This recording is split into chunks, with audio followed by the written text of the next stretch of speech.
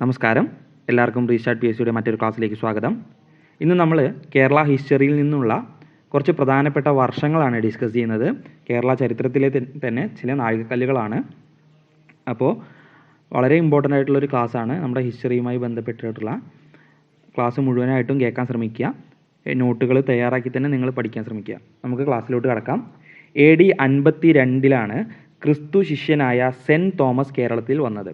AD 52 ക്രിസ്തു ശിഷ്യനായ cent Thomas കേരളത്തിൽ വന്നു.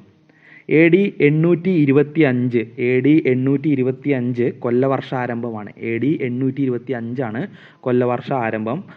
പ്രീവിയസ് ഇയർ ക്വസ്റ്റ്യൻ ആണിത്. കൊല്ലവർഷം ആരംഭിച്ചത് എന്നാണെന്നുള്ള ചോദ്യം. AD 825. വാസ്കോഡ ഗാമ കോഴിക്കോട് കപ്പലിറങ്ങിയ വർഷം 1498. നമുക്കൊക്കെ അറിയണ ഒരു ചോദ്യമാണ്.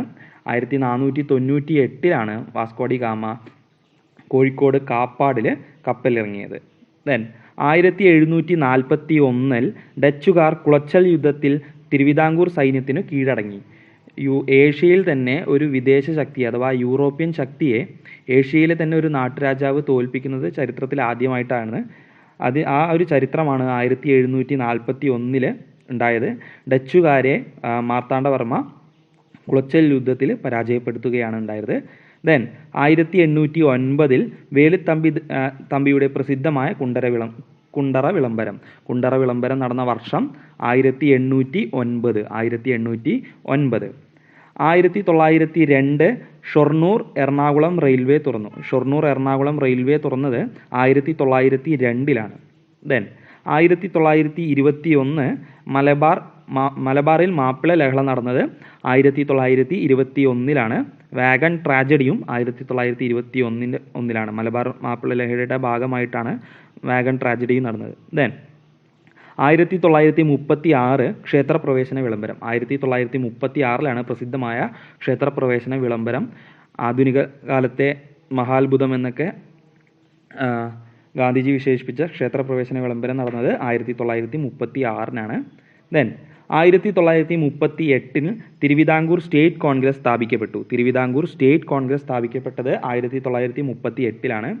ദെൻ 1948 തിരുവിതാംകൂറിലെ പ്രഥമ തിരഞ്ഞെടുപ്പ് ആദ്യത്തെ ജനകീയ മന്ത്രിസഭ രൂപവൽക്കരിച്ചു. പട്ടം താണുപിള്ളയായിരുന്നു മുഖ്യമന്ത്രി. ദെൻ 1956 കേരള സംസ്ഥാനം രൂപവൽക്കരിച്ചു. 1956 നവംബർ 1 കേരള സംസ്ഥാനം രൂപവൽക്കരിച്ചു. ദെൻ സംസ്ഥാന പുനഃസംഘടനയൊക്കെ വന്ന സമയത്താണ് കേരള സംസ്ഥാനം രൂപവൽക്കരിച്ചത്. 1956 നവംബർ 1.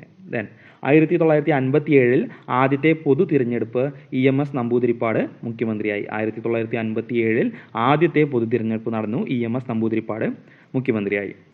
അപ്പോൾ വളരെ കുറച്ച് വർഷങ്ങളാണ് നമ്മളിന്ന് ഡിസ്കസ് ചെയ്തിട്ടുള്ളൂ. ഇനി വിട്ടുപോയിട്ടുള്ള ഒരുപാട് വർഷങ്ങളുണ്ട്. പറ്റുമെങ്കിൽ നിങ്ങൾ കമൻറ്റിൽ രേഖപ്പെടുത്തുക. പഴശ്ശി യുദ്ധങ്ങൾ നടന്ന വർഷം, പഴശ്ശി കലാപം, 1-ാം പഴശ്ശി കലാപം, 2-ാം പഴശ്ശി കലാപമൊക്കെ നടന്ന വർഷങ്ങൾ വളരെ ഇമ്പോർട്ടൻ്റ് ആണ്.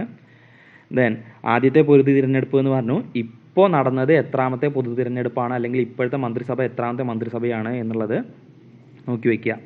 അങ്ങനത്തെ കുറേ കാര്യങ്ങൾ നമുക്ക് ഇനിയും പഠിക്കാനുണ്ട്. കൂടുതൽ വിവരങ്ങൾ നമ്മൾ മറ്റു ക്ലാസ്സുകളിൽ ഡിസ്കസ് ചെയ്യുന്നതാണ്. മറ്റൊരു ക്ലാസ്സുമായിട്ട് വീണ്ടും വരാം. Thank you.